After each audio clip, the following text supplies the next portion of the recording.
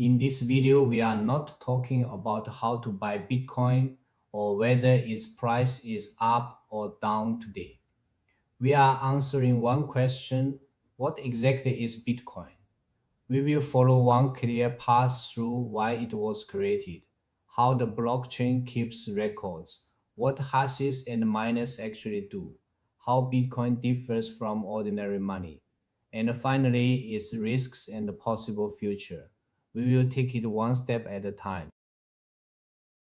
Let us go back to 2008.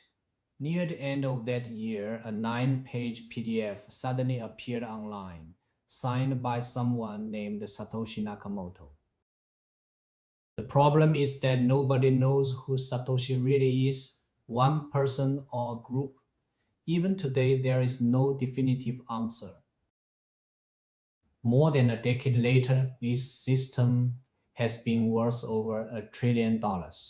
It has no company, no boss, and has almost never stopped running. That system is Bitcoin. So what is it in one sentence? Bitcoin is digital money that is not issued by a government or controlled by a bank. Its ledger is not maintained by one company. Thousands of computers around the world keep copies together, so no single party gets to make all the decisions. You also do not need to buy a whole coin. One Bitcoin can be divided into 100 million units. The smallest unit is called a Satoshi, so buying 0.001 Bitcoin is completely possible. Why did Bitcoin appear at that particular moment? The story goes back to 2008, when Lehman Brothers collapsed and the financial crisis hit ordinary people everywhere. To rescue the banking system, central banks released enormous amounts of new money. Meanwhile, people could only watch the purchasing power of their savings slowly shrink. And on January 3, 2009, Bitcoin's first block was mined. The chain was officially alive. Satoshi embedded a headline from that day's Times newspaper in the first block: Chancellor on brink of second bailout for banks. The message was hard to miss. Bitcoin was created as a direct challenge to the old system. Bitcoin runs on a blockchain. The term sounds technical, but for now, think of it as a ledger. This ledger is unusual. Anyone can inspect it, but nobody can simply rewrite it whenever they want. Transactions are bundled into blocks. Each new block is attached to the one before it, creating a chain one link at a time. What holds the blocks together? Hashes. You can think of a hash as a digital fingerprint. Change even one character of the content, and the fingerprint changes completely. Every new block records the previous block's hash. If someone secretly edits an old transaction, its fingerprint changes and every later block stops matching. The tampering becomes obvious. That raises another question. Who maintains this ledger? The answer is miners. Who are miners? In practical terms, they are specialized computers. They contribute computing power, package transactions, and help maintain the ledger. If they successfully add a block, they earn Bitcoin. For example, when you send Bitcoin, the transaction is broadcast to the network. Miners immediately compete to include it in a block. They are not competing on typing speed. They compete with computing power, trying huge numbers of hashes. The first miner to find the valid result wins the right to add the next block. The winning miner receives newly issued Bitcoin as a reward.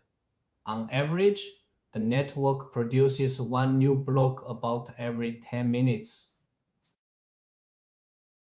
One of Bitcoin's most controversial and fascinating properties is its fixed supply. There can never be more than 21 million coins. They are not released all at once. Roughly every 4 years, the mining reward is automatically cut in half. This mechanism is called halving. Bitcoin also has no single issuer. So in theory, there is no central authority that can simply freeze your account. Every transaction can be viewed publicly, but what you see is an address, not the legal name printed on someone's ID. Ownership is ultimately controlled by a private key. Think of it as a secret password. If you lose it, the coins may be locked forever. There is no customer service desk that can recover them. Now let us compare Bitcoin with the money we use every day. Central banks can adjust the supply of government-issued currency. Bitcoin is different. Its maximum supply is permanently capped at 21 million. In the banking system, an account can be frozen and some transfers can be reversed. Once a Bitcoin transaction is confirmed, it is extremely difficult to change.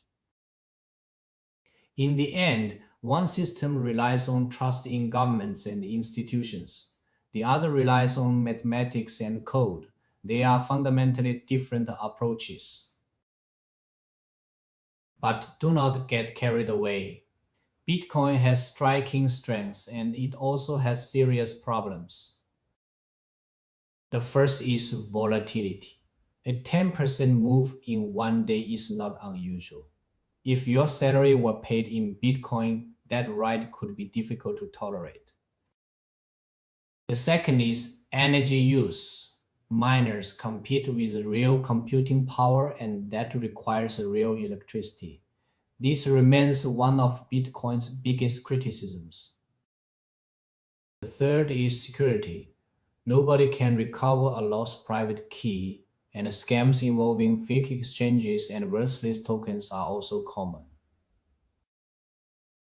Then there is performance. Bitcoin's base layer handles only about 7 transactions per second. When demand rises, the network becomes congested and fees can climb. So what happens to Bitcoin next? Optimists and pessimists offer very different answers.